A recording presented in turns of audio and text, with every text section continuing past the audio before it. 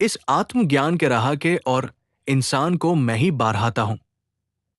तुम ये जान लो सखी, मेरे द्वारा ही ऐसे कारण, ऐसे परिस्थितियों का निर्माण किया जाता है कि मनुष्य अपने आप को खोजना शुरू करे, अपने हर एक प्रश्न का हाल जानना चाहे।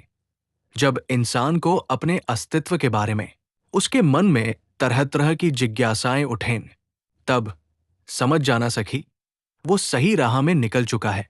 और तब उसको कोई माया, कोई बीकार उसे रोक नहीं पाएगा।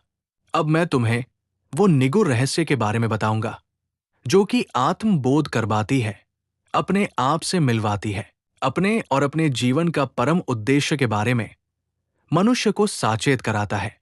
ध्यान से सुनो, इस आत्मज्ञान को प्राप्त करने का बहुत सारा मार्ग है सखी, जिसको मैंने भगवत गीता में बहुत पहले ही अर्जुन के द्वारा बताया। पर इस कलयुग में बहुत कम लोग इसका असली मतलब जान पाते हैं। इसको गहराई से समझकर, हर एक बात को मानते हुए अपने जीवन में उसको शामिल कर पाते हैं। क्योंकि साखी, भगवत गीता जैसे इन शास्त्रों का सही और साठिक अर्थ समझना जितना आवश्यक है, ठीक उसी तरह उस ज्ञान के हर एक शब्द को मानना और अपने जीवन में उतारना उतना ही आवश्यक है।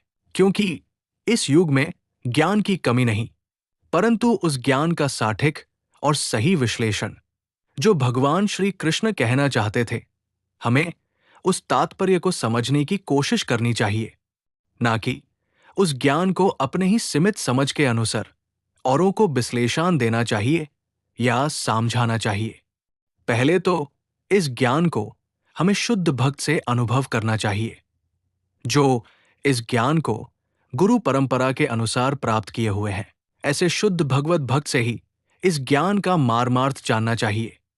ये कई तरह से ली जा सकती है, जैसे खुद ऐसे संप्रदाय से जुड़कर जो कि साठिक और सच्चाई से ईश्वर को समर्पित होकर भक्ति में है, या तो फिर इनके द्वारा बताए गए ग्रंथों से, नहीं तो इनके द्वारा डिजिटल माध्यमों में संचालित प्रवचन और नाना तरीके के सत्संगों से और ऑनलाइन क्लासों से।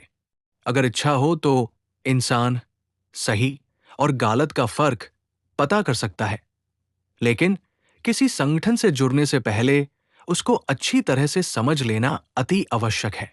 विभिन्न संगठनों के नाना प्रकारों के नियम होते हैं। इंसान को पहले सोच विचार कर ही कोई निर्णय लेना चाहिए। चलो इसे और गहराई से तुम्हें समझाता हूं।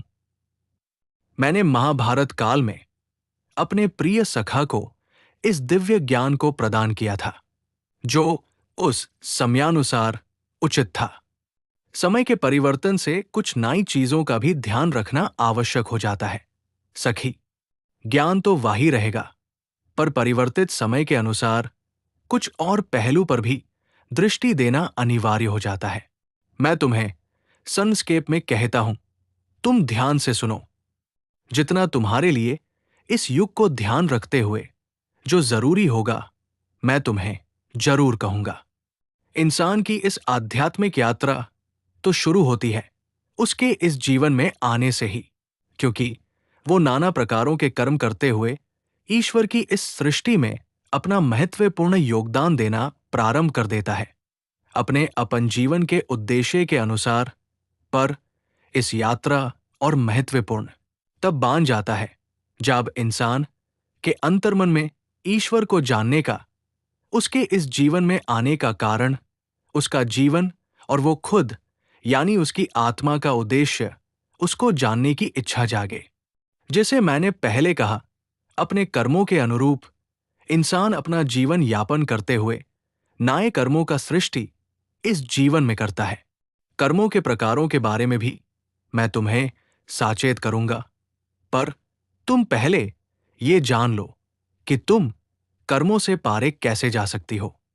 तो जो मैं कह रहा था, इंसान की आध्यात्मिक यात्रा सचेत रूप से तब प्रारंभ होता है जब कुछ ऐसी परिस्थितियों के कारण इंसान खुद अपने मन से ईश्वर को समर्पित हो जाए, और अधिकतर क्षेत्र में परिस्थितियों के शिकार होकर ही होता है, क्योंकि इंसान अपने नाना प्रकारों के विकारों में उलझ कर रह जाता है और इसी तरह अपना जीवन बिता देता है। अंतर्मन के गहराई से कुछ भाग्यशाली ही ऐसे होते हैं जो किसी प्रकार की माया से प्रभावित नहीं होते, वो भी जीवन के शुरू से। जैसे भी हो, इंसान को अपने सर्व मंगल हेतु ईश्वर को समर्पित होना अति आवश्यक है। उसके लिए शुद्ध मन से ईश्वर को अपने जीवन की बागडोर और अपने आप को भी सौंपकर ये ठान ले कि जितनी गलतियां करनी थी कर ली, बस अब आपके कहे अनुसार रास्ते पर ही हम चलेंगे और इसको जीवन पर्यंत दृढ़ निश्चय के साथ पालन करें। फिर देखें चमत्कार। जैसा इंसान आप होना चाहते थे लेकिन परिस्थितियों के कारण से ना हो सके, वो इंसान बनने में कुदरत आपकी मदद अवश्य करेगी। जुड़े रहिए हमारे साथ, मिलते हैं अगले पोस्ट पर। ऐसे ही जीवन के सवालों के सच जानने के लिए इस चैनल को सब्सक्राइब करें। जय श्री राम।